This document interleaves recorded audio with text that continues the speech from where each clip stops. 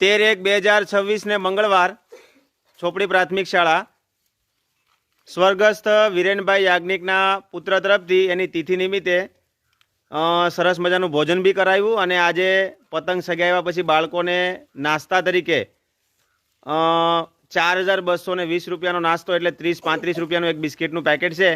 એવા સરસ મજાના બિસ્કિટ છે તમામ બાળકોને આપવાના છે ચોપડી પ્રાથમિક શાળાના. તો આપણે એ છે બિસ્કિટનું વિતરણ કરીએ. ચાલો આપો.